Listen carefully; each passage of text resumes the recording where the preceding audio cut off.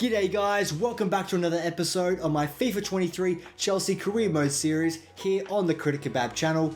Full time just happened in real life between West Ham and Chelsea at London Stadium. A stalemate, 1-1. It's one of those performances by the Blues where I feel like it was more style over substance and we couldn't get the job done despite some atrocious VAR decisions towards the end of the game that may have potentially cost us some points. In this episode, we're going to be having two simulations, the first being up against West Ham, and then it will be against Newcastle in the FA Cup, and then we will be playing again at Stamford Bridge versus Brighton. So that'll be an interesting one for sure. Of course, one of the most exciting aspects of any career mode series is the transfer window, where you're able to buy some players, and this being a realistic career mode, we will be buying the same players that we did in real life and bringing them in-game to use at our disposal. And unfortunately, Mykhailo will not be joining us in the career mode. He is one of those players that we did sign, but will not be joining us until the summer and when next season takes place. And that's the same for Nkunku from RB Leipzig in the Bundesliga. So we will not be signing him now, but we will be focusing on these four players and trying to get them into this career mode as soon as possible. Of course, in the last episode, we brought in Enzo Fernandez, and at the beginning of this episode, which you all just saw, Joao Felix has joined us. Unfortunately, I did have to buy him. I couldn't loan him in the career mode because, you know, in the career mode, why would Atletico Madrid want to send him out on loan? So that has chewed up some of my transfer budget, and because I did not expect to be making as many signings in this January transfer window, I didn't actually set my budget accordingly. If I knew that we were going to be making this many signings, if I knew Todd Boehly was just going to be forking out the cash, I would have just set that slider at the beginning of the career mode to as maxed out. But because I've left it as default, it has chewed through some of my budget, getting that signing of course, Joao Felix into the team. So that will be our objective. Of course, Jorginho will be leaving the club, so that'll bring in some money as well. But yes, that is the plan, to bring in all the players that we've got in real life into the career mode. As we've been doing throughout this entire EFL Cup run, we will be making use of the Quick Sim feature. So let's hit the lottery run and see what it spits out for us this time. Hopefully we progress, and unfortunately we get a defeat. That is very, very unfortunate. That is not how I wanted to be starting this episode, but that's part of the fun of this career mode, is you never know what you're going to get with a simulation. And unfortunately, this time around, it's a defeat. That means when we verse West Ham in a couple weeks away from home, that challenge is just going to be even more difficult. Even though Aubameyang scored 2 goals at home, which means he's in a bit of form, it's not ideal losing the first leg. Alrighty, so I have some good news and some bad news for you guys. Unfortunately, Zakaria has been recalled by Juventus. The amount of playing time that I was giving him in the career mode to this point was not satisfactory for the Juventus team, and they have decided to bring him back, which I think is actually not a fair call, because I think we were utilizing him a decent amount. It's one of those situations when a lone player comes in, I think they expect you to be playing him all the time. So I'm actually quite annoyed that we're not going to have him at our disposal for the rest of the season. But with all the incomings that we've just got, he was always going to be a player that started on the bench and maybe made a cameo appearance here and there. So unfortunately, it's not a huge deal, but Zakaria is not in this Chelsea team in the career mode anymore. And Jorginho, we have had some expressions of interest by Manchester City. So hopefully I can get him out the door and free up some extra cash for this career mode. In the meantime, why don't we bring in Mudryk from Shakhtar Donetsk to Stamford Bridge? Let's get this process on the road. His market value is approximately $13 million. So we'll try and hit that ballpark. Hopefully that works out successfully for us. I think whenever you enter any sort of negotiations, putting in the market value is always a good starting point, just to get a feeler of where the team that you're negotiating with is at. And yeah, they're sort of in the same ballpark as well. I think I'm never a fan of utilizing these sell-on clauses, so I'll remove that and resubmit that offer with just the 14.3. I suppose it doesn't really matter because we are only going to be playing this one season. But I think 15 million is probably a fair price, considering where he's at in this career mode. Of course, we spent huge money on him in real life, and we have got the handshake agreement, and we are happy with that. We are going to be progressing to the next phase where we negotiate directly with the player, and hopefully we can fast track this process and get him straight into the team and get him some minutes and get him some goals, hopefully. Alrighty, we've finally got the deal across the line. He's going to join us for $75,000 a week on a 4-year contract. All those details are superfluous though, because all that matters is that we are getting him into the team, and that means we get a beautiful cutscene with the man of the moment. He comes into the Stamford Bridge offices, shakes hands with the Chelsea staff, meets Graham Potter for the first time. He says, yep, I'll be seeing you on the training field. He gets his physical done, all the good stuff. I do appreciate all these cutscenes and stuff for the career mode.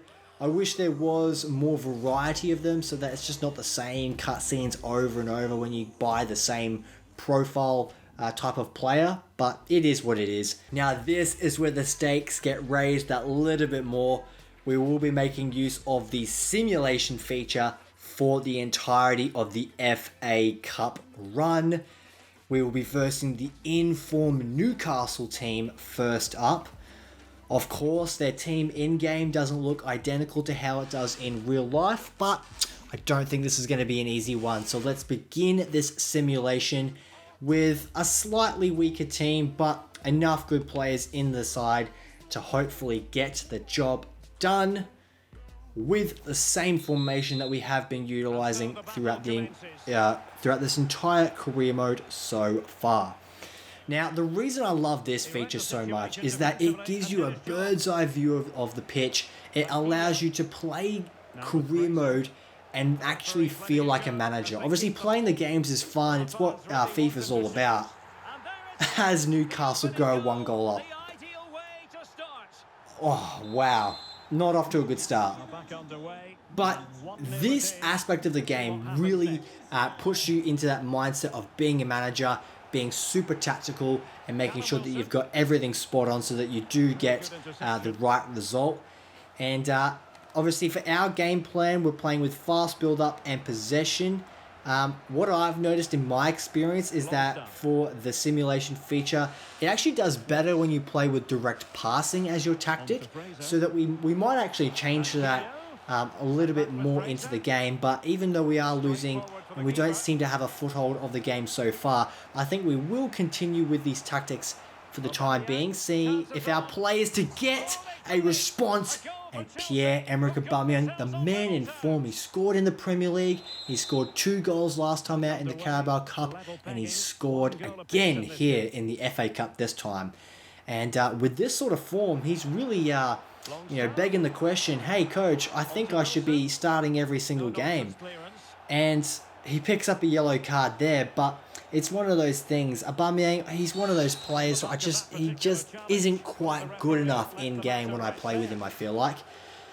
Maybe this form, he can, change my mind, but Kai Havertz, I think, is going to be my main man up top for the remainder of the season.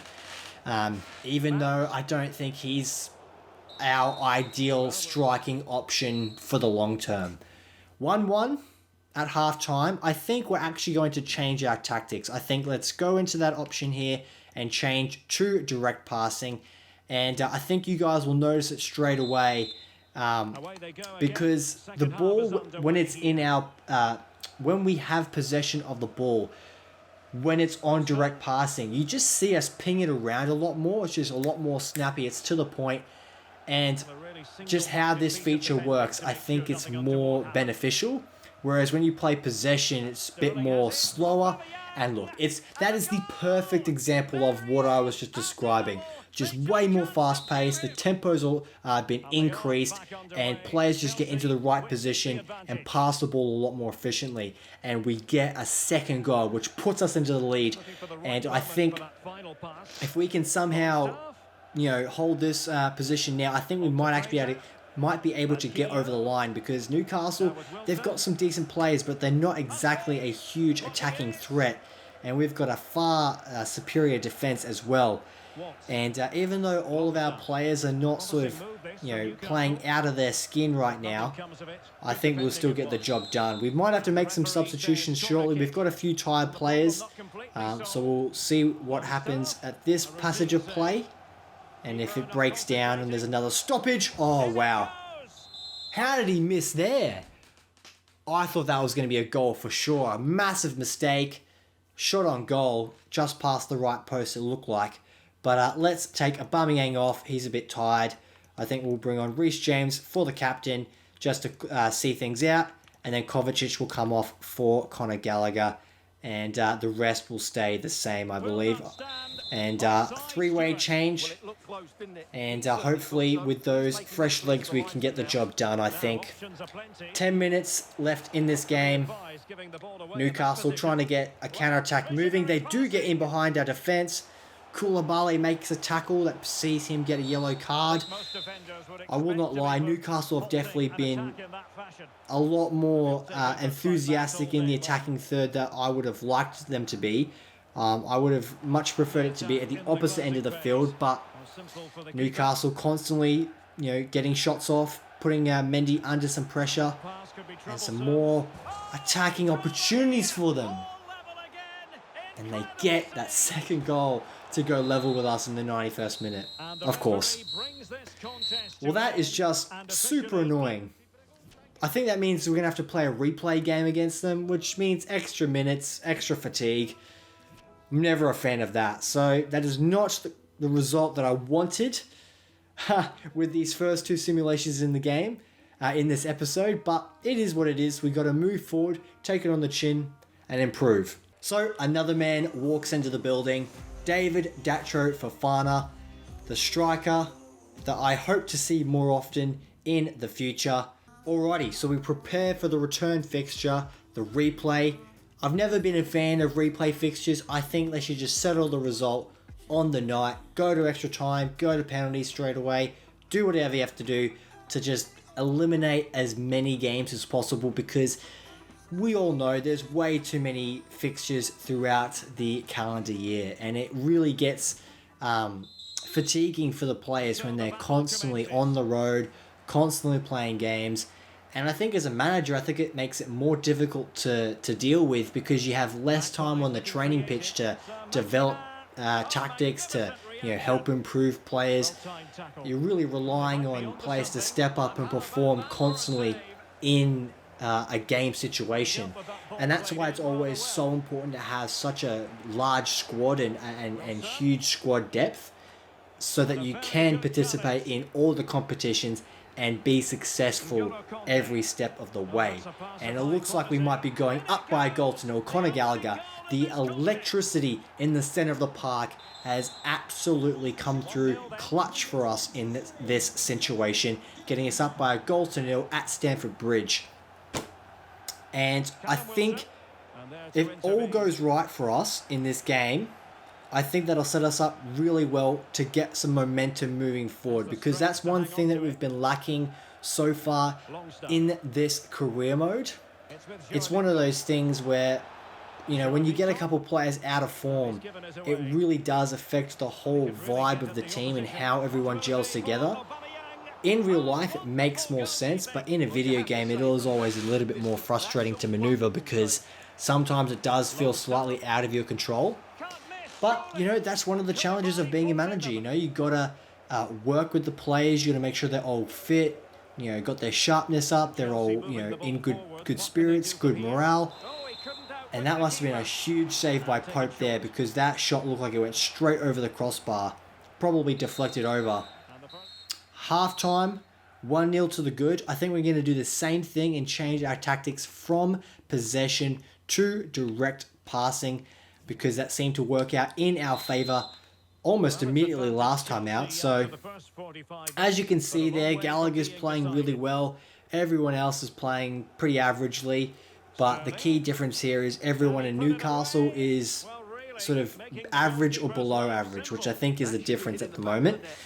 So hopefully we can get that second goal, because if that's the case, I think we will then be able to coast to victory. It is one of those situations where if we go level, the momentum will go against us, unfortunately.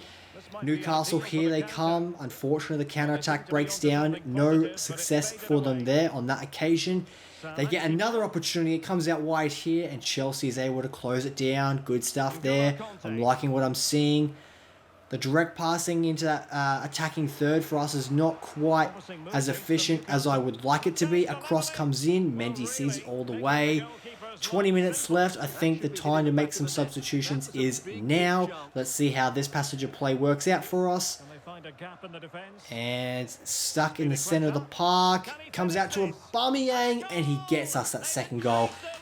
There we are, ladies and gentlemen. I think that is the game secured. I think we still will make some substitutions just so that we can see it out. Kovacic on for Gallagher. Aubameyang's going to come off. I think Reece James can go there. And Christian Pulisic can come on for Sterling. So that will be the four-way substitution. Fresh legs absolutely should see the game out, especially at home. Newcastle do not have enough quality in their side to make a comeback here. Oh, a good cross into the box there, but no success for them there. We might even get a third if we're lucky. Mason Mount picking up an injury. That's not good. Probably just a muscle injury, because it didn't seem to come from a tackle or anything that made the play stop. But 2-0 is the result. We get the job done at home and we progress in the FA Cup. So I'm happy with that. Alrighty. Jorginho's transfer to Manchester City has been successful. He will be departing the club for a lot more money in this career mode than what he went for in real life. A £12 million fee, I think, to Arsenal. And as you can see there, we got $46.4 million. So that's an excellent deal for us. We've definitely got some cash to splash now. Alright, let's begin the process to acquire Noni Madueke, the right winger from PSV. It looks like we might be forking out a hefty chunk of change for this player here. So let's see how we go. It's one of those things, man. It's funny. I've been playing career mode for so many years, like since FIFA 11. And through playing career mode and through doing all these transfer negotiations, it has actually taught me how to negotiate in a very rudimentary way. And it's actually been helpful. I've learnt a lot of skills through this video game, and it does sound silly, but can't lie, it's a good habit to get into, is being able to know your value and get the best deal possible. And this is definitely not a good deal. So we're going to remove this exchange player because Ben Chilwell is definitely not leaving. Let's offer the same amount of money and see where we're at.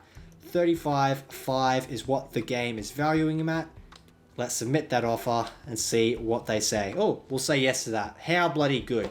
Let's get straight into the player contract negotiations, shall we? So after all the negotiations, Noni Madueke will be a rotation player on a 4-year contract, $70,000 per week, and I will agree to his signing bonus.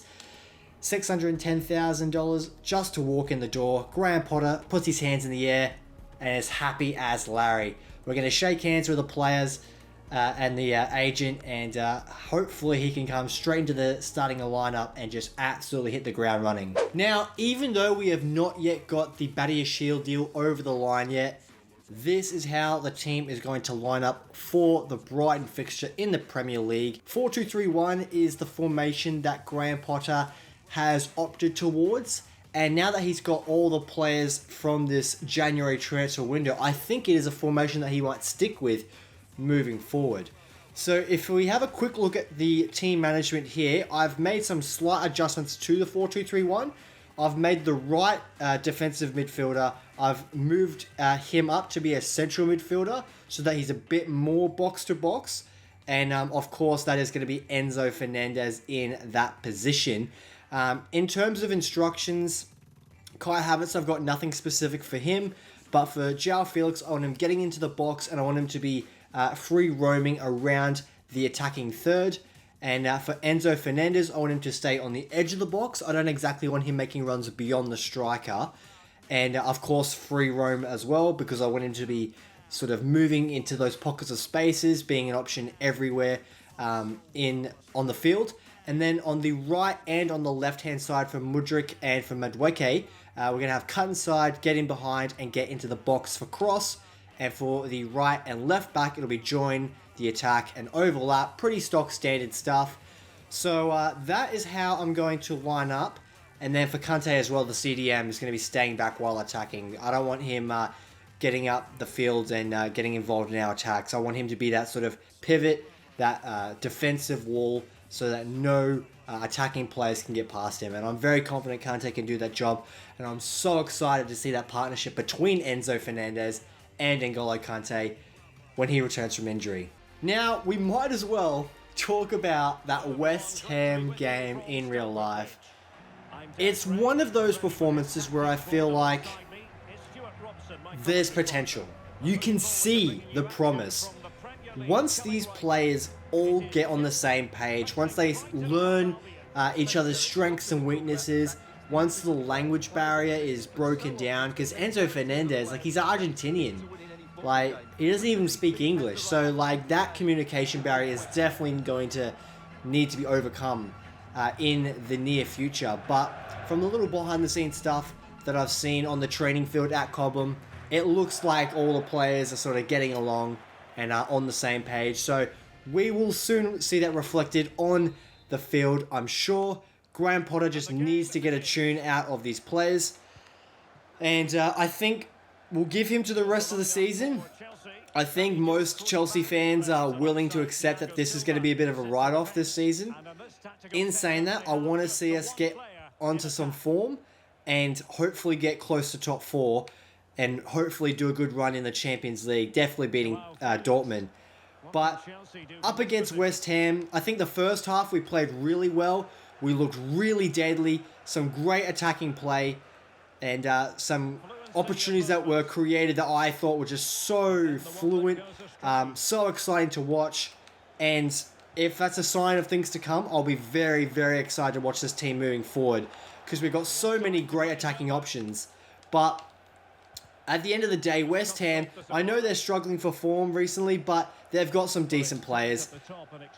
Oh, here we go. Can we get Joao Felix in? Maybe get an opportunity to score his first goal for the Chelsea Blues in front of the Stamford Bridge crowd. That would have been so epic. Unfortunately, not on that occasion. I mistimed the tackle, and Thiago Silva just times that tackle as well. But yeah, West Ham, if you don't perform well in the Premier League and you're not always 100% locked in for your defensive efforts, you're going to get found out. And we did on that occasion that they scored. I think it was Jared Bowen who whipped in that cross on the right-hand side, the deflection, and then the eventual shot into goal by Emerson, the former Chelsea man. It was to be expected, you know, like, we just had that lapse of concentration and it really cost us. Enzo Fernandez almost getting a shot on target there. Kante doing his job to perfection. Joao, oh, pass doesn't quite get there. Let's switch that out to James. Oh, surely. Oh, what a save by Sanchez there. Probably could have taken an extra touch with Mudryk towards goal and then drilled it towards the left-hand corner. But I thought early would probably be the best way to get around it. A cross in to Havertz. Not going to work out there. Maybe on the second attempt. Koulibaly at the back stick. He's unable to get it on target. And that corner play breaks down. Can Brighton form a counter-attack here? Not an efficient one. Oh, he's beaten past Chilwell. Oh, Koulibaly, the deflection off him. Oh, no. Matoma, the man in form in real life. Why does he have to come up clutch for them right now? The first time Brighton go up the field, they score. It's just so frustrating, guys, man. Oh, man. Well, here's the replay, and it all starts off with that cross into the box. Just one mistake, and then the players just keep finding the pockets of spaces. And Thiago Silva and Kalidou Koulibaly are both experienced defenders, and that should not be happening. Like him being caught in between them like a sandwich and just slotting into that bottom left-hand corner, bypassing Mendy like he's a ghost, just walking straight through him. Not good. 1-0 down at Stamford Bridge. Mudryk. Fernandez. Happy to pass the ball, but remaining patient. Good switch out here. Can we get Madueke in? Oh, come on! What a save!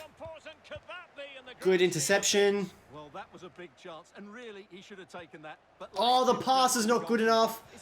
Mudryk, the sharpness is not quite there from a few of these players. I can feel it. It is going to take some time to get them all on the same page in this career mode.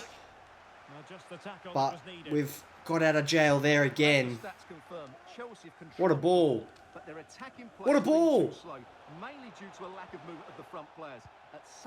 Was that not a foul? Did he time that to perfection? What happened there, referee?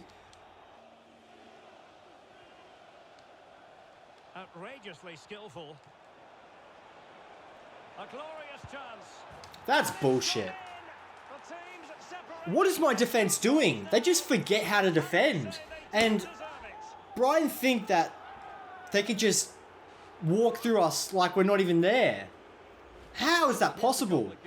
These skill moves come out of absolutely nowhere. Pulls him out of the rabbit hat like he's a magician. How has Chilwell and Thiago Silva been beaten there?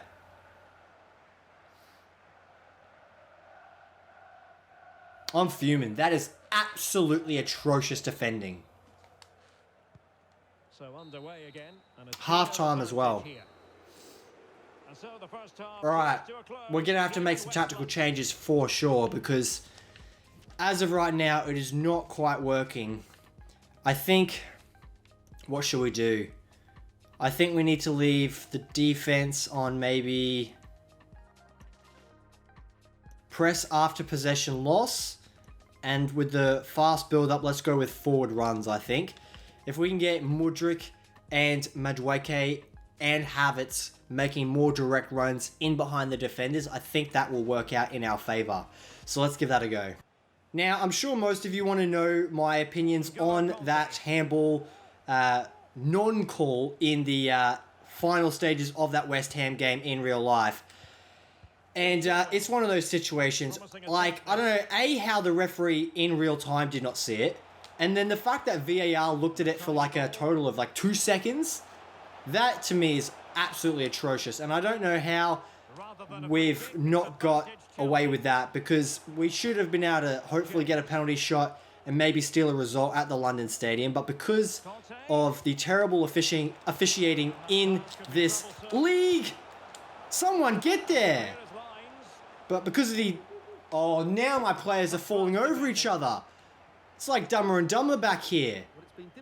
Oh, and the pace cannot be matched. We're in trouble here. What a counter-attack. Oh, Thiago Silva able to make the clutch tackle in the dying moments of that attack. But I know it's 1-1. It's not a terrible result away from home, but if we want to be climbing the table, we need to be getting a result, especially against teams that are towards the bottom of the table. And why was that pass not going to Felix instead of Madueke? And into the last 20 minutes. But I thought Enzo Fernandez played well. Badiashile and Thiago Silva look really solid in defense. And Koulibaly and Silva are having an absolute shocker today.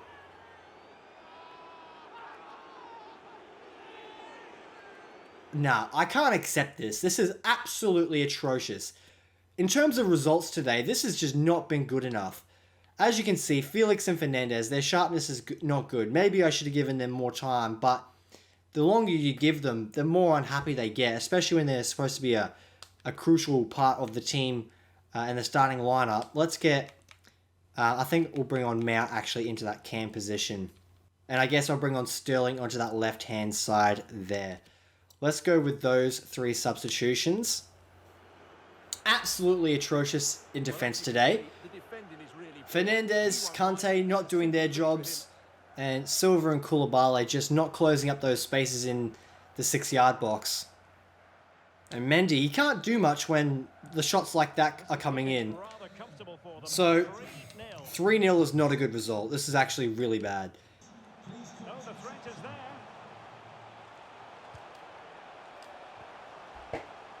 What am I doing? I should have just shot. I thought I could get a square ball in, make it an easy finish. I should have just shot. And here come Brighton again. Brighton and Hove Albion facing Aston Villa. And a good challenge to bring that attack to an end. Come on. Well, the counter chance looks very real. Get Mount in. Really important piece of last-ditch defending. Come on, someone! Of course Sanchez has to deflect it away. Only 10 minutes left in this game, guys. I don't think a 3-goal lead for Brighton is going to be recoverable for us here.